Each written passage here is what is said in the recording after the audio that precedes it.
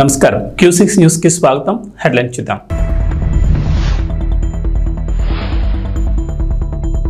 ఏపీలో రేషన్ కార్డులు ఉన్న వారికి గుడ్ న్యూస్. వచ్చే నెల నుంచి ఉచిత బియ్యంతో పాటుగా సబ్సిడీపై చక్కెర, కందిపప్పును పంపిణీ చేయాలని నిర్ణయం.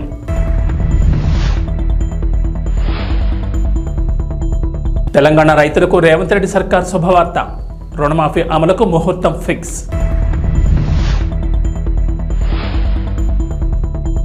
బీజేపీలో విలీనం వార్తలపై బీఆర్ఎస్ స్పందించాలి. కేసీఆర్ స్పష్టతనివ్వాలంటున్న అసదుద్దీన్ ఓవైసీ.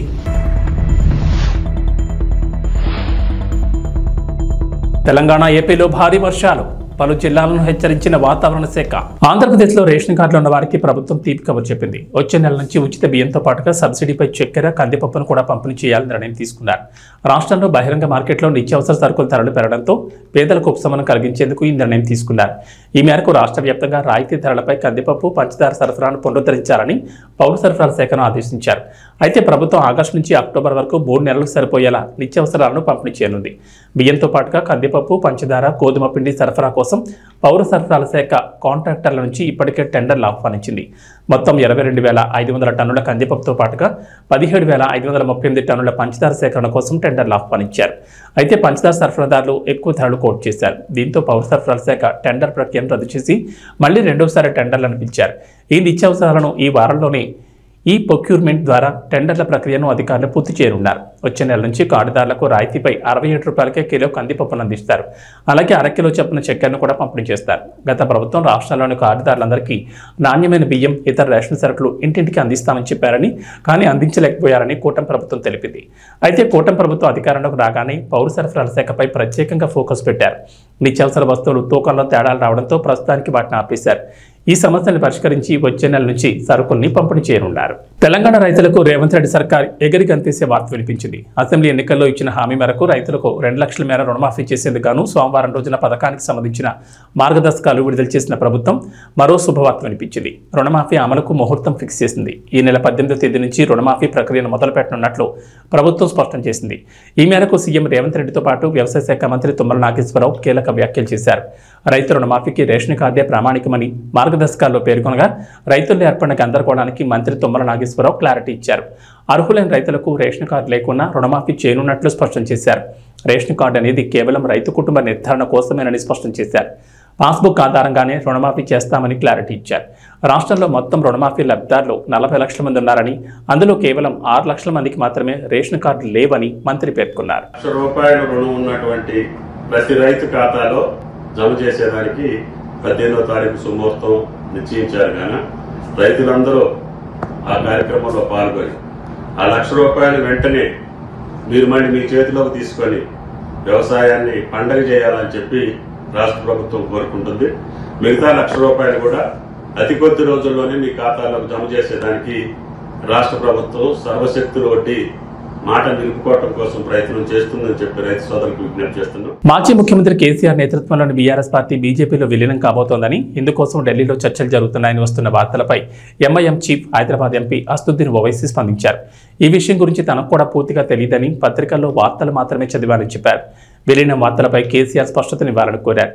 పార్టీ కార్యాలయంలో నిన్న ఆయన విలేకరులతో మాట్లాడుతూ 10 ఏళ్ల పాలనలో రాష్ట్రాన్ని బీఆర్ఎస్ అభివృద్ధి చేసిందని, అయితే ఎన్నికల్లో ఓటమి తర్వాత ఆ పార్టీ అనుసరిస్తున్న విధానాలు తనకు తెలియవని పేర్కొన్నారు. ఉగ్రవాదుల కాల్పుల్లో 4 జవాన్లు మృతి చెందడం బాధాకరమన్న ఆయన దీన్ని తీవ్రంగా ఖండిస్తున్నట్లు చెప్పారు. ఆర్టికల్ 370 ఎత్తివేశాక కాశ్మీర్లో పరిస్థితులు చక్కబడ్డాయని కేంద్రం చెబుతున్నది ఒట్టిదేనని విమర్శించారు. ట్రిపుల్ తలాక్, యూసీసీకి వ్యతిరేకంగా న్యాయ పోరాటం చేయాలని అఖిల భారత ముస్లిం పర్సనల్ లా బోర్డు నిర్ణయించినట్లు చెప్పారు. మహారాష్ట్రలో ముస్లిం ప్రార్థనా స్థలాలు, మసీదులపై దాడులు జరుగుతున్నా అక్కడి ప్రభుత్వం కానీ కేంద్రం కానీ పట్టించుకోవడం లేదని ఓవైసీ ఆగ్రహం వ్యక్తం చేశారు. తెలుగుదేశం పార్టీ అధినేత నారా చంద్రబాబు నాయుడు కీలక నిర్ణయం తీసుకున్నారు. ఇకపై కార్యకర్తల సమస్యలు తెలుసుకునేందుకు సరికొత్త కార్యక్రమానికి శ్రీకారం చుట్టారు. టీడీపీ శ్రేణుల సమస్యలు స్వయంగా తెలుసుకోవడానికి వీలుగా మంత్రులు, పార్టీ నేతలు నేటి నుంచి మంగళగిరిలోని టీడీపీ కేంద్ర కార్యాలయంలో అందుబాటులో ఉండాలని సూచించారు. చంద్రబాబు సూచన మేరకు రోజుకొకరు చొప్పున ఈ నెల 31 వరకు పార్టీ కార్యాలయంలో అందుబాటులో ఉంటారు. టీడీపీ కార్యకర్తలు, సామాన్యుల నుంచి వినతులు స్వీకరించనున్నారు. మంత్రులతో పాటు ఒక్కో రోజు ఒక్కో ముఖ్య నేత కూడా అందుబాటులో ఉంటారని పార్టీ కార్యాలయం తెలిపింది. శని, ఆదివారాలు మినహా అన్ని రోజుల్లో నేతలు అందుబాటులో ఉంటారు. తెలుగుదేశం పార్టీ అధినేత ముఖ్యమంత్రి నారా చంద్రబాబు నాయుడు ఆదేశాలతో ఈ నిర్ణయం తీసుకున్నట్లు పార్టీ కార్యాలయం ఒక ప్రకటనలో తెలిపింది. మంగళగిరిలో టీడీపీ కేంద్ర కార్యాలయంలో ఇకపై నేతలు కార్యకర్తల కోసం రాష్ట్ర మంత్రులు అందుబాటులో ఉంటారని తెలిపారు. కార్యకర్తలు నాయకులు గమనించాలని సూచించారు. ఏపీ ముఖ్యమంత్రి నారా చంద్రబాబు నాయుడు కార్యాలయ చీఫ్ సెక్యూరిటీ ఆఫీసర్గా యువ అధికారికి బాధ్యతలు అప్పగించారు. ప్రకాశం జిల్లా మార్కాపురానికి చెందిన డాక్టర్ తంగిరాల యశ్వంత్ మొన్నటి వరకు జమ్మలమడుగు డీఎస్పీగా పనిచేశారు. తాజాగా కీలకమైన సీఎంఓ కార్యాలయం చీఫ్ సెక్యూరిటీ ఆఫీసర్గా బాధ్యతలను అప్పగించగా సోమవారం బాధ్యతలు స్వీకరించారు. యశ్వంత్ జమ్మలమడుగు వంటి ప్రాంతంలో ఇటీవల జరిగిన ఎన్నికల్లో సమర్థవంతంగా విధులు నిర్వర్తించారు.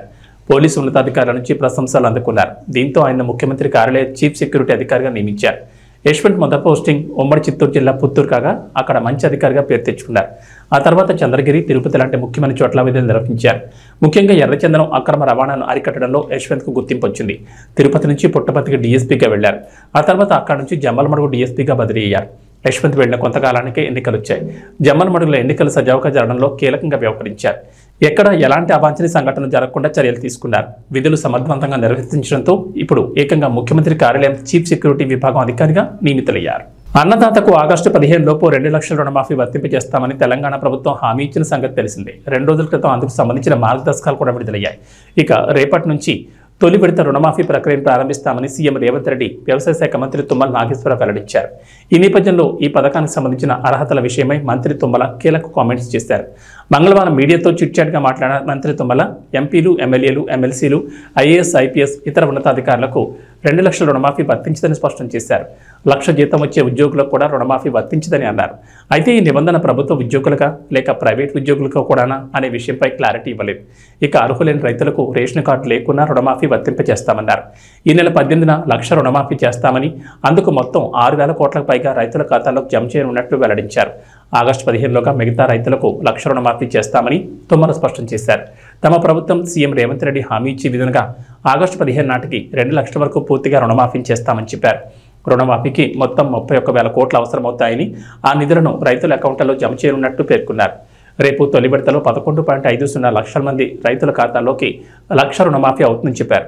రెండో విడతలో ఆగస్టు 15 నాటికి మరో 1 లక్ష రైతుల బ్యాంక్ ఖాతాల్లో జమ చేయనున్నట్లు వెల్లడించారు. కృష్ణా జిల్లా నూతన ఎస్పీగా నియమితులైన గంగాధర్రావు బుధవారం బాధ్యతలు చేపట్టారు. ఎస్పీ గంగాధర్రావుకు పోలీస్ సిబ్బంది వేద మంత్రాల నడుమ ఘనస్వాగతం పలికారు. వేద పండితుల వేద మంత్రాల నడుమ గంగాధర్రావు బుధవారం ఉదయం బాధ్యతలు చేపట్టారు. ब्रह्मणो वेदामृतेनावृतान्पुरीं तस्मै ब्रह्मज ब्रह्माज आयज्ञेभ्यं प्रदान्दतो अग्निरिव सुजिद्भव आदित्यायव तेजो भव विष्णुरिव श्रीमान् भव ब्रह्मरायुर्भव आयुरायुर्भव धान्यं धनं वशं बहवत्कलाकं जलदं वत्सरं दीर्घमायुः. కృష్ణా జిల్లా పెనమలూరు నియోజకవర్గం ఎమ్మెల్యేగా బోడే ప్రసాద్ ప్రత్యర్థిని మట్టి కరిపించి నియోజకవర్గం నుంచి తరిమి కొట్టి భారీ మెజార్టీతో గెలుపొందిన డైనమిక్ ఎమ్మెల్యే బోడే ప్రసాద్ని మర్యాదపూర్వకంగా కలిశారు రాధారంగ మిత్రమండలి రాష్ట్ర అధ్యక్షులు, జనసేన పార్టీ నాయకులు బుల్లెట్ ధర్మారావు. ఆయన ఆధ్వర్యంలో అతని మిత్ర బృందం మరియు Vijayawada Kanuru Ramasai apartments owners welfare association vice president bullet Dharmarao, president Srinivas Mehar, Jalalubeg, Iqbal, Pachipada Raja, Jaya, Pawan, Suresh, Satish తదితరులు మర్యాదపూర్వకంగా కలిసి బోడే ప్రసాద్ని ఘనంగా సన్మానించి ఆయన అభినందించి శుభాకాంక్షలు తెలిపారు.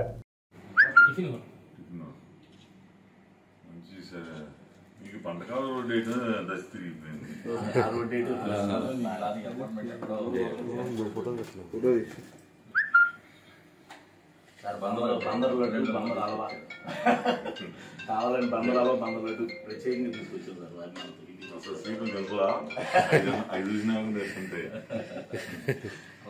అంటే బంద నుంచి మేము వచ్చామనుకోండి, అది కంపల్సరీ ఉండాలి. ఏంటంటే బంద నుంచి ధర్మం ఏలూరు జిల్లా చాట్రాయి మండలం మంకులు గ్రామంలో టీడీపీ నాయకత్వంలో గృహ నిర్మాణ శాఖ మంత్రి పులుసు పార్థసారథి ఆధ్వర్యంలో ప్రతి గ్రామంలోనూ వర్షాల కారణంగా అనేక మందికి అనేక రకాలైన రోగాలు రావడం వల్ల ప్రతి బజార్లను లోకల్ నాయకుల ద్వారా బ్లెస్సింగ్ మరియు శానిటైజర్ చేస్తూ ప్రతి వారికి అవగాహన కల్పిస్తూ సూచించారు. ఈ కార్యక్రమంలో పలువురు పాల్గొన్నారు.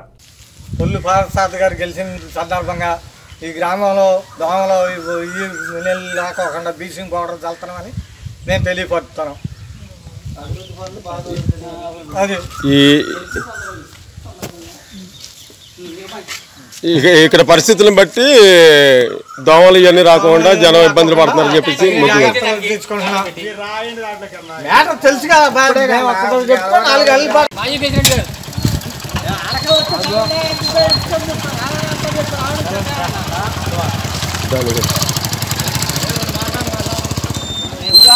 ఇప్పుడు దాకా మాట్లాడే కదా గంగరాజ ఫోన్ పెట్టి కాసేపు రాండి అన్నగారు రండి సత్యబాబు గారు రండి సైడ్ అవుట్ ఉంచండి అది వ్యాన్ కనపడినాను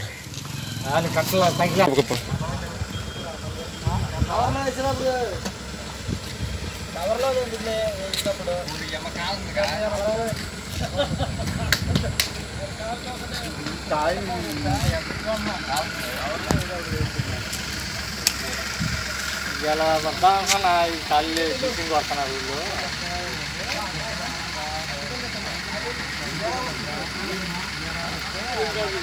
ఎంత అయిపోయినా చూసుకోండి కాపాడుతాను ఇంక మంచిర్యాల జిల్లా బెల్లంపల్లి మండలం పెర్కపల్లి గ్రామంలో రోడ్డుకి ఇరువైపులా ఉన్న ఇళ్లలోకి వరద మురికి కాలువ నీరు రావడంతో రోగాల బారిన పడుతున్న మండల పరిషత్ అధికారులు పట్టించుకోవడం లేదని గ్రామస్తులు ఆరోపిస్తున్నారు. వర్షాకాలంలో వరద నీరు ఉధృతంగా ప్రవహిస్తూ మురికి కాలువల నీళ్లు వస్తుండటంతో చుట్టుపక్కల ఉన్న ఇండ్లు మునిగిపోతున్నాయని గ్రామస్తులు ఆవేదన వ్యక్తం చేస్తున్నారు. ఈ విషయమై సంబంధిత మండల పరిషత్ అధికారులకు ఎన్నిసార్లు ఫిర్యాదు చేసినా పట్టించుకోవడం లేదని గ్రామస్తులు వాపోతున్నారు. అదేవిధంగా రోడ్డు పక్కన ఉన్న ఆటో స్టాండ్ వద్దకు వచ్చే ప్రయాణికులకు తీవ్ర దుర్గంధం వెదజల్లుతుండటంతో వారు తీవ్ర ఇబ్బందులు పడుతున్నారు. ఇళ్లలోకి వరద మురికి కాలువ నీరు చేరుతుండటంతో విషకీటకాలు, దోమలు, ఈకలు, పాముల వలన వ్యాధుల బారిన పడే ప్రమాదం ఉందని గ్రామస్తులు తెలుపుతున్నారు. ఈ విషయమై గ్రామస్తులు మాజీ సర్పంచ్కు తెలుపగా ఆయన స్థానిక పంచాయతీ కార్యదర్శిని చర్యలు తీసుకోవాలని పురమాయించినప్పటికీ ఆయన నిర్లక్ష్యంగా వ్యవహరిస్తున్నారని గ్రామస్తులు ఆరోపిస్తున్నారు.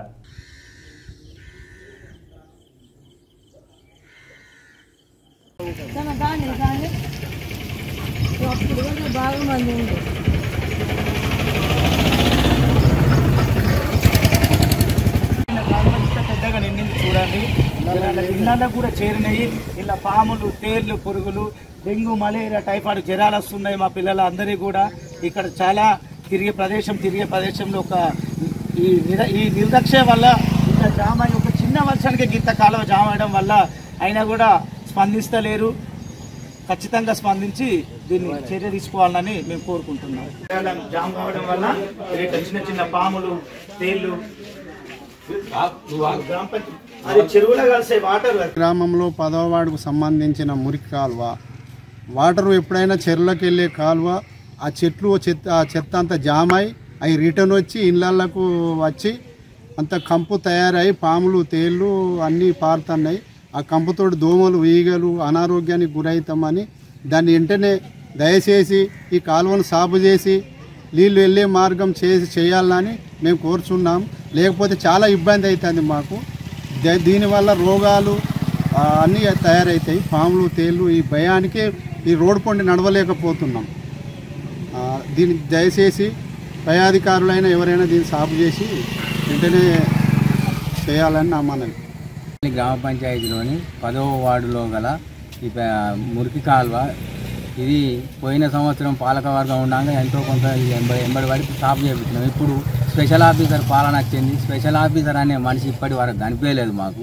ఇక పంచాయతీ సెక్రటరీకి 2-3 సార్లు చెప్పినా కానీ మా దగ్గర బడ్జెట్ లేదు సార్, ఏదైనా చేసి చూద్దాము అంటాడు తప్ప పని చేసులేదు. ఇది మరి పై అధికారులు దీనిని స్పందించి వెంటనే ఈ మురికి కాలువని సాఫ్ చేసి ఇక్కడ అనారోగ్యానికి గురి కాకుండా చేయగలరని మనవి. సుకుమార్, అల్లు అర్జున్ కలిసి పుష్ప 2ని బాగానే చెక్కుతున్నట్లుగా కనిపిస్తోంది. ఇంతవరకు షూటింగ్ను పూర్తి చేయలేకపోతున్నారు. ఆగస్టు 15న డెడ్ లైన్ పెట్టుకున్నారు, కానీ షూటింగ్ పూర్తి చేయలేకపోయారు. ఇప్పుడు ఈ మూవీని అయితే డిసెంబర్ 6కు వాయిదా వేశారు. షూటింగ్కి గ్యాప్ దొరకడంతో బన్నీ తన ఫ్యామిలీతో కలిసి వెకేషన్కి వెళ్ళిపోయాడు. ఆదివారం బన్నీ రిటర్న్ అయ్యాడు. అయితే ఎయిర్పోర్ట్లో బన్నీ లుక్ చూసి అంతా షాక్ అయ్యాడు. బన్నీ గడ్డం తీసేశాడు. తన గడ్డాన్ని ట్రిమ్ చేసుకున్నాడు. పుష్ప స్టైల్లో కనిపించడం లేదు. ఫ్లైట్లో ఎవరో ఒకరు బన్నీ లుక్ను చూపించారు. గడ్డాన్ని ట్రిమ్ చేసుకున్న బన్నీని చూపించారు. ఆ గడ్డం పుష్పరాజు లుక్లోకి రావాలంటే టైం బాగానే పట్టేలా ఉంది. అతను ఈ గడ్డాన్ని ఎందుకు తీయాల్సి వచ్చింది అని అభిమానులు అనుకుంటున్నారు. సుకుమార్, బన్నీ మధ్య గ్యాప్ ఏర్పడిందని, అందుకే ఇలా ఇద్దరు ఎడమొహం పెడమొహంగా ఉన్నారని నెట్టింట్లో ఓ టాక్ ప్రచారంలోకి వచ్చింది. బన్నీ ఏమో పుష్పాను 3 టీములుగా పెడగొట్టి షూట్ చేయాలంటున్నాడట. కానీ సుక్కు ఏమో అవన్నీ వద్దని అంటున్నాడట. అలా ఈ ఇద్దరి మధ్య గ్యాప్ వచ్చిందని ఇండస్ట్రీలో టాక్ వినిపిస్తోంది. బన్నీ ఇలా గడ్డం లేకుండా కనిపించడంతో ఇప్పుడు ఎలా షూట్ చేయాలని సుక్కు అన్నాడట. దీంతో సుక్కు హర్ట్ అయి అమెరికాకు వెళ్ళిపోయాడని అంటున్నారు. అయితే ఇందులో ఎంత నిజం ఉందన్నది పుష్ప యూనిట్కే తెలియాలి. కానీ బన్నీ ఇలా గడ్డం ట్రిమ్ చేసుకుని కనిపించడం అయితే అందరికీ షాకింగ్గానే ఉంది. ఈ గడ్డం మళ్లీ పెరగాలి, పుష్పరాజు లుక్లోకి మారాలంటే మినిమం నెల రోజులైనా పడుతుంది. అంతవరకు పుష్ప 2 షూటింగ్ అయితే జరగదు. అంతవరకు మిగిలిన పనులు పూర్తి చేస్తారా, లేదంటే టీం అంతా ఖాళీగానే ఉంటుందా అన్నది చూడాలి. ఈ మూవీ కోసం ఇప్పటికే చాలా మంది చాలాసార్లు డేట్లను అడ్జస్ట్ చేసుకుంటూ వస్తున్నారన్న సంగతి తెలిసిందే. లంక పర్యటనతో టీమిండియా హెడ్ కోచ్గా గౌతమ్ గంభీర్ ప్రస్థానం మొదలు కానుంది. ఈ పర్యటనలో భాగంగా భారత్ 3 వన్డేలు 3 టెస్టులు ఆడనుంది. పర్యటనలో తొలి మ్యాచ్ జూలై 27 జరగనుంది. 2021 తర్వాత భారత క్రికెట్ జట్టు శ్రీలంకలో పర్యటించడం ఇదే తొలిసారి. ఆ పర్యటనలో హెడ్ కోచ్గా రాహుల్ ద్రవిడ్ ఉండగా భారత ద్వితీయ శ్రేణి జట్టుకు కెప్టెన్గా శిఖర్ ధావన్ ఉన్నాడు. భారత్ జట్టు శ్రీలంక పర్యటన పూర్తి వివరాలు, పర్యటనలో భారత్ 3 టీ20లను తొలుత ఆడనుంది.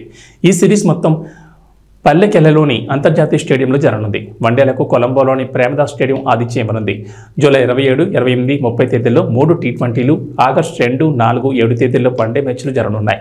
టీ20 మ్యాచ్లు భారత కాలమాన ప్రకారం రాత్రి 7 గంటలకు ప్రారంభమవుతాయి. వన్డే మ్యాచ్లు మధ్యాహ్నం 2 గంటల 30 నిమిషాలకు మొదలవుతాయి. ఇక వాతావరణ విషయానికి వస్తే బంగాళాఖాతంలో ఏర్పడిన అల్పపీడన ప్రభావంతో ఆంధ్రప్రదేశ్లో వర్షాలు కురుస్తున్నాయి. రాష్ట్ర వ్యాప్తంగా ముసురు వాతావరణం కనిపిస్తుండగా ఈ నెల 19న మరో అల్పపీడనం ఏర్పడే అవకాశం ఉందని వాతావరణ శాఖ అంచనా వేస్తోంది. ఈ ప్రభావంతో రాబోయే 5 రోజుల్లో రాష్ట్ర వ్యాప్తంగా విస్తారంగా వర్షాలు పడే అవకాశం ఉందంటున్నారు. ఇవాళ కోస్తా జిల్లాలో భారీ వర్షాలు, గురు శుక్ర శనివారాల్లో భారీ నుంచి అతి భారీ వర్షాలు పడే ఛాన్స్ ఉంది. రాయలసీమలో తేలికపాటి నుంచి ఓ మోస్తరు వర్షాలకు అవకాశం ఉందంటున్నారు. అక్కడక్కడ గంటకు నుంచి 30 నుంచి 40 కిలోమీటర్ల వేగంతో ఈదురుగాలులు వీస్తాయంటున్నారు. ఇటు తెలంగాణకు హైదరాబాద్ వాతావరణ కేంద్రం అధికారులు రెయిన్ అలర్ట్ జారీ చేశారు. ఇవాళ పలు జిల్లాల్లో భారీ వర్షాలు కురుస్తాయని చెప్పారు. రేపటి నుంచి 3 రోజుల పాటు పలు జిల్లాల్లో అతి భారీ వర్షాలకు ఛాన్స్ ఉందన్నారు. మంగళవారం దక్షిణ ఒడిశా పరిసరాల్లో కేంద్రీకృతమైన అల్పపీడనం ప్రస్తుతం దక్షిణ ఛత్తీస్గఢ్కు సమీపంలో కేంద్రీకృతమైందన్నారు. ఉపరితల ఆవర్తనం సగటున సముద్ర మట్టానికి 5.8 కిలోమీటర్ల ఎత్తులో నైరుతి దిశగా వంగి ఉందని చెప్పారు. ఈ మేరకు పలు జిల్లాలకు వాతావరణ శాఖ ఆరెంజ్ అలర్ట్ జారీ చేసింది. ఏబీ బులెటిన్ విశేషాలు. నమస్కారం.